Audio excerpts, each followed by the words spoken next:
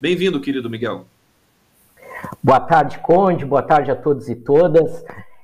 A nossa vida, Conde, a minha, a sua, é muito facilitada pela nossa produção, né? A gente tem que reconhecer o trabalho dos colegas, porque o nosso giro de notícias ali, ele deu um panorama muito bom do cenário que a gente tem. A resistência bolsonarista, vamos chamar assim, ou essa resistência neofascista, ela está dividida em três frentes que apareceram aí no nosso giro.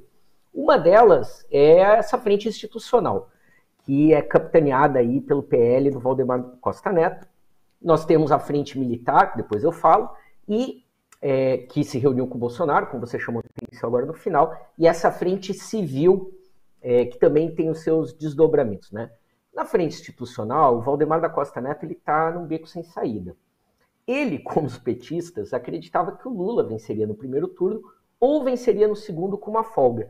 Aí ele iria trabalhar para dispensar aos poucos a família Bolsonaro e, no momento oportuno, se bandear para a base de apoio. É bom lembrar que o PL foi base de apoio do governo Lula, o ex-presidente, o falecido vice-presidente José Alencar, né? Era afiliado ao PL e depois fez parte também do governo Dilma, desembarcando no impeachment, como todas as outras legendas oportunistas, né? E é o papel histórico do PL sob o comando do Valdemar da Costa Neto, que é ser legenda de aluguel. Obviamente, o plano deu errado, nós sabemos, né, a eleição apertada, enfim, e ele ficou com uma vitória de pirro, digamos assim, né? Porque ele ganhou um patrimônio eleitoral de 51 milhões de votos, que para ele interessa muito esse cabo eleitoral Bolsonaro nas eleições municipais daqui a 2 anos, mas é um hóspede incômodo, né? Faz exigências, quer garantias, etc., e traz junto um histórico que vai ser devassado, inevitavelmente, sem a proteção do Augusto Aras, sem foro privilegiado, nos próximos anos. Não será de imediato, mas vai responder uma série de processos e aí o PL vai ter que ser solidário, colocar sua estrutura jurídica, enfim, a serviço da família Bolsonaro. Enfim, a quantidade de rolos aí que a gente pode imaginar. E uma das exigências que o Bolsonaro tem feito ao Valdemar da Costa Neto é embarcar nesse tema das urnas. Tanto que na entrevista coletiva dessa semana foi até meio ridículo, porque assim, no meio da entrevista, o Valdemar disse assim, entramos com o processo, questionamento das urnas, enfim, mas essa não é a opinião do PL. Ele tentou... Voltei.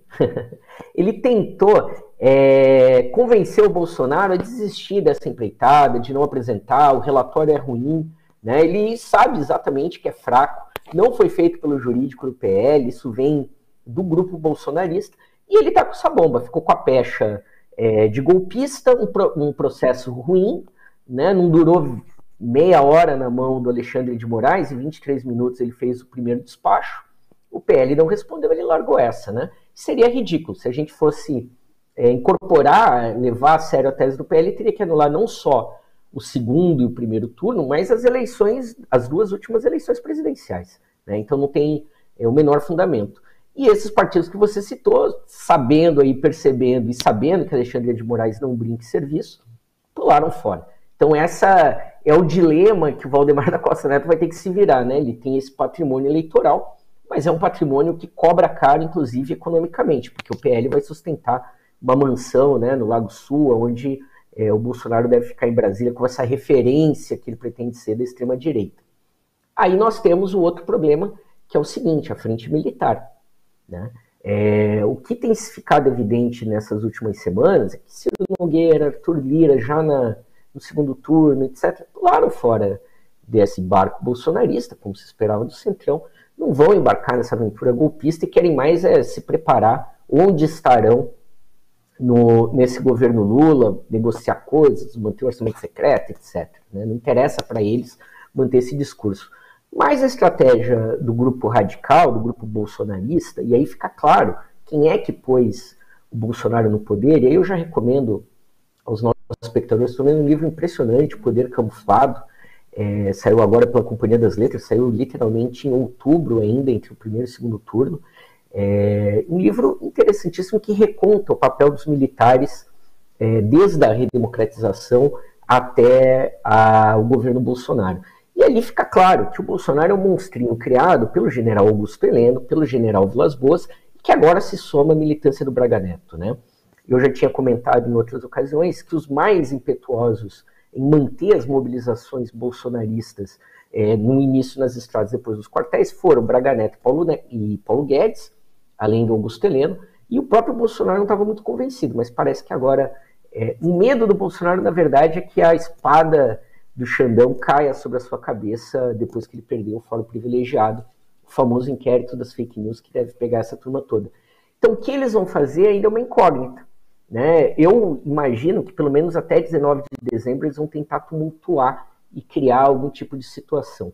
E aí, qual é a consequência disso concretamente, para a gente fechar esse primeiro bloco, para o PT, para o governo de transição? Dois problemas. Primeiro, a estratégia do PT, a princípio, parece ser ignorar essas mobilizações, essas manifestações, e não está errado. Qual é a tese que corre? Olha, se o pessoal for se manifestar na frente dos quartéis para contrapor, se for chamar mobilização de rua, pode criar os tumultos, que pode ser a isca, né, engolir a isca que a direita está querendo, para tumultuar esse processo de transição. Né? Então a estratégia do PT é deixa o Alexandre de Moraes conter os radicais, conter os bolsonaristas. Então esse aspecto não está errado. Mas cria um outro problema que a gente está vendo agora. O PT está sem interlocutores dentro da defesa. E aí a gente vê que o único grupo de trabalho relevante que não foi anunciado na equipe de transição é justamente o da defesa.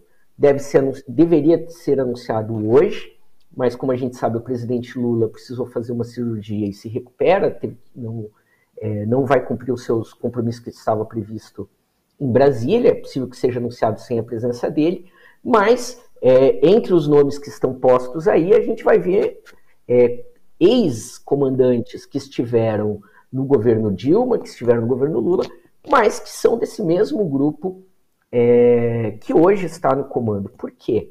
Porque todos eles foram colegas, compartilharam, eles são da mesma geração, né, que se formou ali em torno de 75 a 79 nas academias militares. Então eles se conhecem, enfim, participaram, inclusive, dessa ascensão do Bolsonaro, estavam junto com Vilas Boas na passagem, na conspiração da queda da Dilma e da passagem do Temer.